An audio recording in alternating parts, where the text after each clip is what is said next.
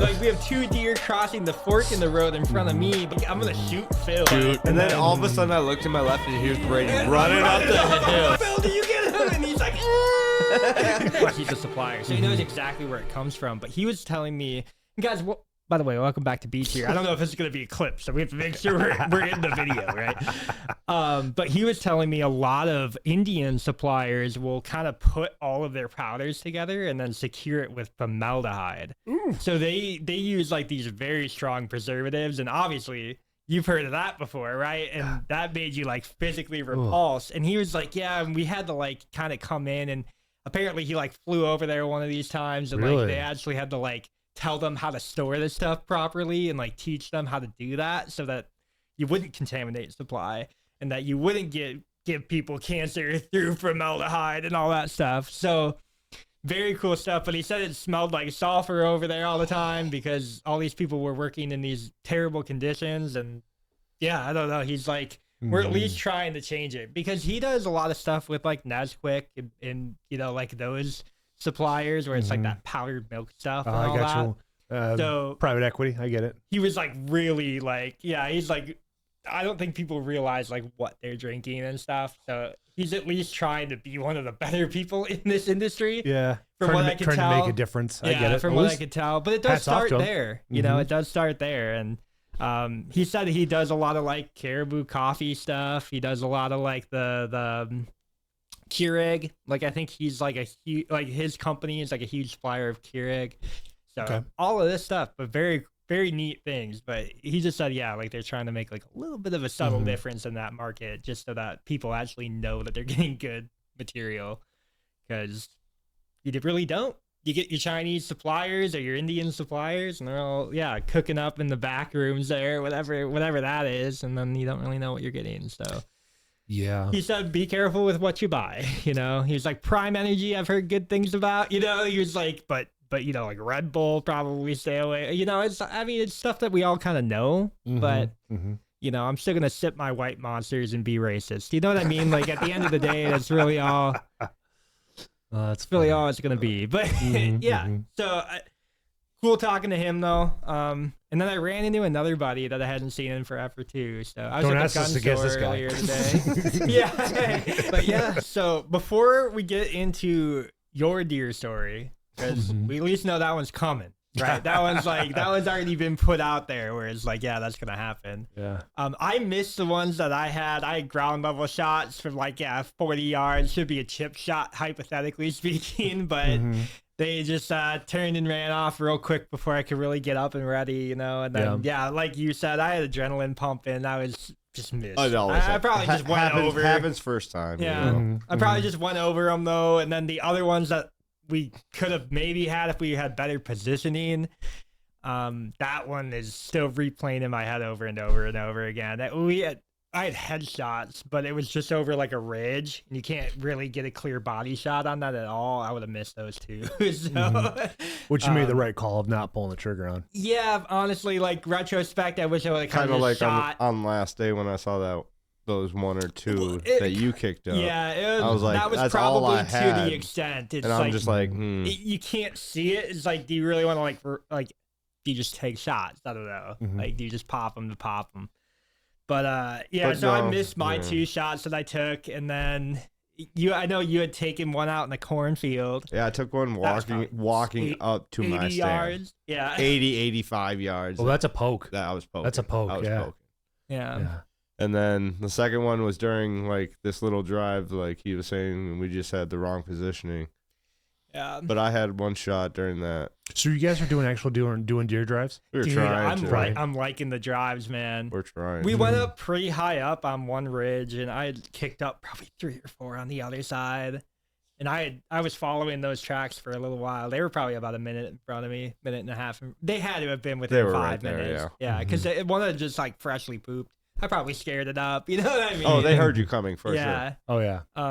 It's the unique thing about when you're doing deer drives with the echoing of it all, because like the deer don't know exactly where it is. Yeah. So you have that element, so it's like making a lot of noise. You kind of can get away with it, but yeah, it's interesting to see how they all work out. And we were driving against the wind, so it was in our favor. Perfect. Yeah. It's exactly what you would want to do. For but your then location. what the other like the second to last day we were out, we definitely heard something big between us. Oh yeah, it was scraping. It was a big old buck, big old buck. And that's too bad that we didn't see that. It was probably periwinkle or bowwinkle, dude. Could have been. You got pictures of these two bucks? No, but I have a guy that works up in the quarry. Like he stopped and talked to us one day. Yeah. And he's like, "There's 2 deer out here that are 18 to 20 points each." And those are our 2 that we were targeting. One of those was definitely out there, man. I mean, not my story to tell, but we also had a deer taken from us. Yeah. That's not either of our stories to tell, but it did happen. A different group came up and stole one from his dad. Mm-hmm. So. No shit. My dad hit her twice in the chest. She laid down. They were doing a drive. She stood back up. They shot her 3 more times. Yeah. Swiss cheese, brother. Swiss cheese. Man, that is brutal. Super fun time, though, man. For my first time out, great experience. And honestly, awesome land to do it on, too. Like, that funnel that you have on that backside where I was, where you were, that I could just see that being a kill shot house. If well, and they come, like, right up the line, like, right in front of me, right down to that stand. So it's like... Yeah. I just had to remember if anything was coming across. I was like, if anything's coming across, I just wait. Yep. Wait for a later shot. Because if I blow them, like going back, they're scared of me. If I blow them going back, it's going to my dad. Yep. If I blow them going back, it's going to you. And if I drop them right there in the field, then it's just drop them right there in the field and sit there. Yeah. That's so. How about you? How was your I mean, how many? You had a pretty big buck. Oh yeah. Well, his other, he was a fighter too, so he had he was a 9-point without his other half. His left hand side was just broke off because he was a brawler. And so I talked to my taxidermist, and he's gonna mold it, and he's gonna fix it for me. So the fact he was only gonna charge me $100 to fix it, I was like, do it. But he was so it was Thursday morning. We had real dense fog, and this is like the first time ever hunting fog. Because I traditionally, So we got a little bit on that. Yeah. So when you're hunting fog, it's like it messes up with their thermals and messes up their scent. So it's like the mature deer will remain seated until after they have that clear line of sight. But the younger ones, like when I was first at it, like I think it was about a half hour after first light, or more or after sunrise. I look over and I had a buck I knew it was a buck, but I didn't know how big he was. But it's like he was young. You could tell he was young by his body because he was like 123 yards out because I ranged him. And it's like, okay, well, he's getting up there. It's like he's too young for me to shoot. So I'm just waiting there. And what I did is I had my Nukem blind and I just turned myself into a cedar tree because we had a bunch from on the property there. And where I first sat, I walked 400 yards to where I sat and I backed myself up into a tree. So I'm looking like, okay, if I'm looking this way out towards the field, how do I look to them? So I just basically blended myself into this massive tree. And then after that, I was like, okay, well, it's like, all right, well, I'm going to move a little bit. I'm going to move another like 20, 30 yards ahead. So I did that because then this way, then I have 2 different alleyways where I know they're bedding out, they're jumping out, or they're bedding down in the CRP. So they'd be able to transition out because there's a trail no more than 140 yards in front of me, which that's how I know how far I was going to shoot. And nothing came out to the left of me because it's a wide open field for well over 300 yards, just wide open. So nothing was coming out to feed because it was a bean field. So it's like they're really not that ambitious. Wide open, so they're not going to step out. Oh yeah. Well, they know what size. They know what season it is. You know? Oh yeah. Like, when it starts getting cold, but when the rut comes in, they have to know, man. We were hunting the rut, so they just could become dumb because the week prior, before the rut kicked in, like the weather was hunting post. Yeah. The weather was perfect. It was colder, so we could track them like clockwork. We can put you in a stand, and it's like 10 o'clock. They're gonna be walking right by you, guaranteed. And it's that like, buck should have chased that. Yep. But then one opening day hit. It was 75 degrees, so it's like I hunted morning. Like we were hunting until like 10 o'clock in the morning. I can't believe how warm that is. Oh yeah, 75 with like any type of anything on you. We were making the joke that we were going to be out there flip-flops and shorts one of the days. I don't blame it. Yeah, it was like 55 degrees, a little bit windy up on the ridge, but it was beautiful. But as this was about 8:30 or so when this deer came to life, because bedded down on CRP. And the thing is, we hadn't had this buck on our camera. He's like, you could definitely I knew he was old when he walked out because the gray and stuff like that. And I only had about 15 seconds to shoot him. I just I lined up for him. I saw him walking. It's like he was big enough where I didn't even grab my bino. It's like, this is a gunshot. Grab the rifle, put it in my monopod, put my crosshairs on him. So you got your third. So what I basically did is like I took the front third from his shoulder, or his where his vitals are, to his head, and that's where I want to put it, because he was walking. He was in a seeking pose. So what a seeking is that he's his head's down, his nose down, and close to the ground, because he's looking for a hot doe. And so it's like, okay, well, he's in the mood. So it's like, I didn't want to grunt at him or anything like that, because I could have, but it's like sometimes, like they say that when you stop them, their cortisol levels go up and it could sour the meat. I don't necessarily know that that's true or not. It can't happen that quickly. Yeah, but yeah. But while he's walking, I put it up there, and I saw his horns. I saw one side. I was like, ooh, this is a nice looking deer, because I mean, it had 7-8 points on one side. So like, this is impressive. So I just put my sights on him, put him in, and I shot him, and it's like I shot him through the left side, just over his shoulder, through his spine. I dropped him, because after the gun went off, after it barked, it's like, because usually I've never had a deer drop like that before, even with shotguns. Like they've always kind of like danced around or something like that. You like dead dropped it. Oh, dude, it was because even with using 150 grain round, it still jumped for the rifle. So I'm getting back, and it's like, okay, this is the last time I saw it. I'm looking, because it's like where he could have, there's a wash, so it actually drops like 3 or 4 feet. So he could have jumped down in there and then turned around, jumped across, and continued going through another field where I hunted the day before. And because based off that wind, and I was like, well, shit, where'd he go? So it's like, all right, well, it's about 15 minutes, stuff like that had passed.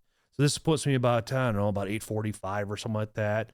And so I decided to get up and just go walk it. So I hit my tracker on my Onyx.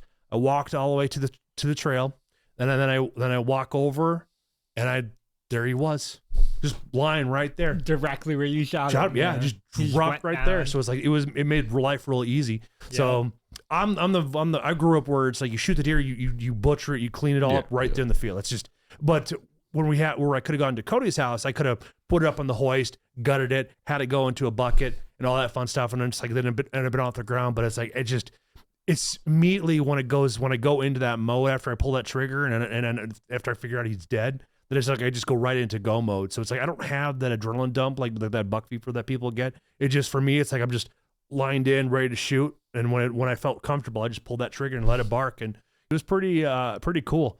And then I let's see here, hit a deer on the way down.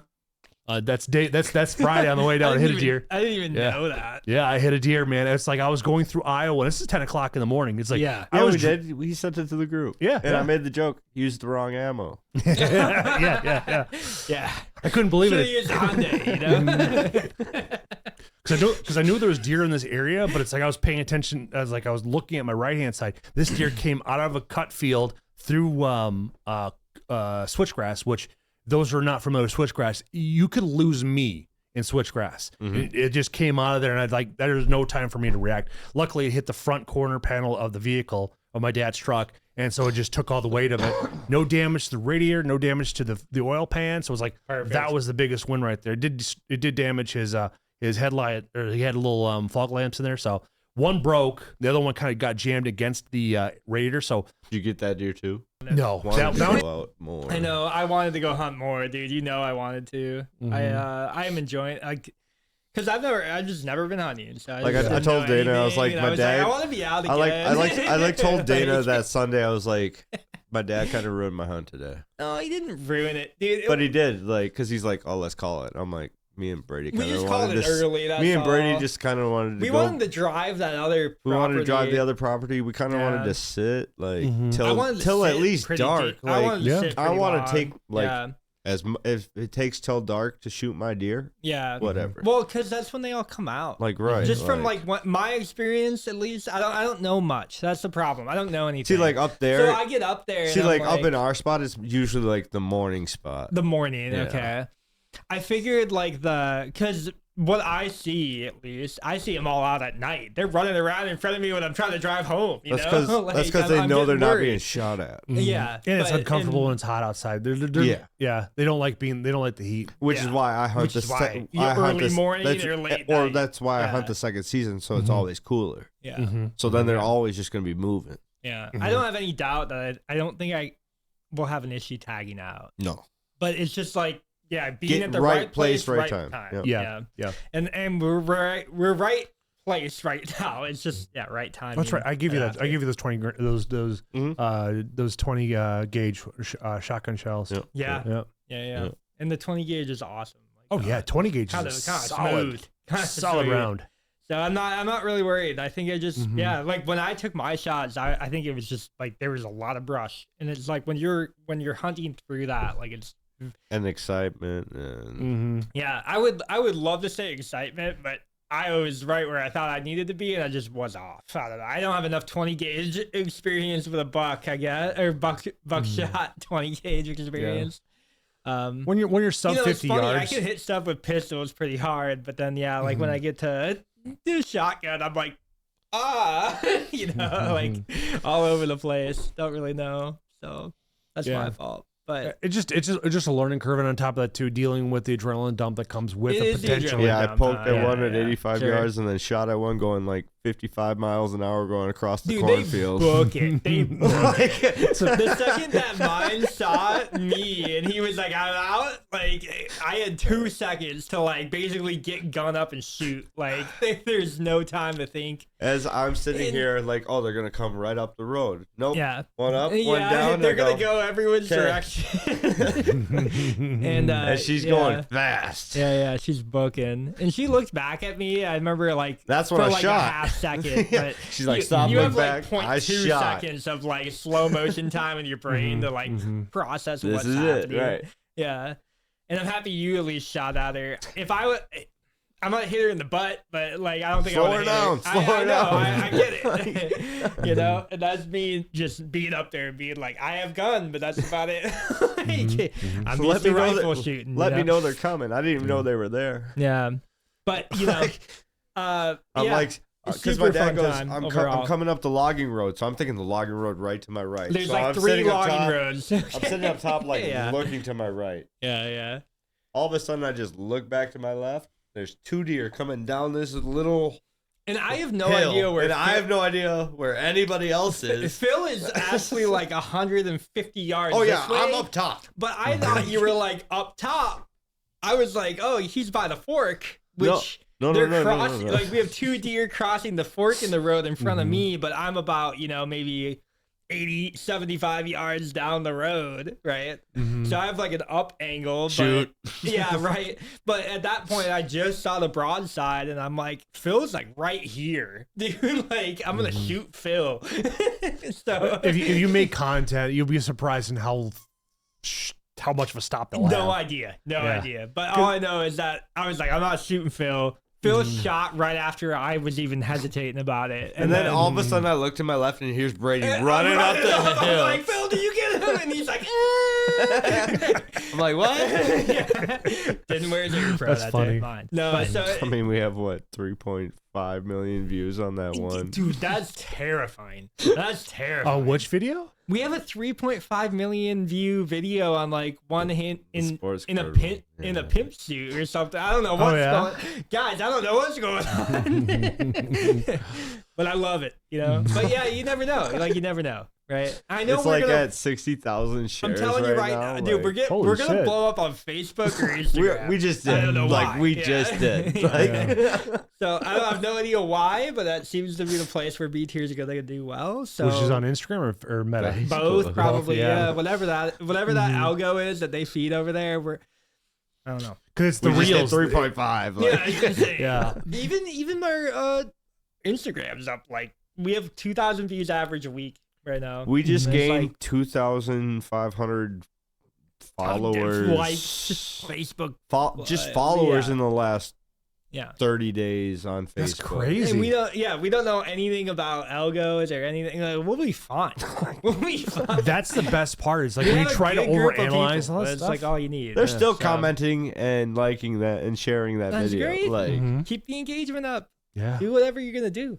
But yeah, over on YouTube, like, yeah, sure, we only have like 100 and some odd subs, but we're over like 750K views for shorts and stuff. So like we get views.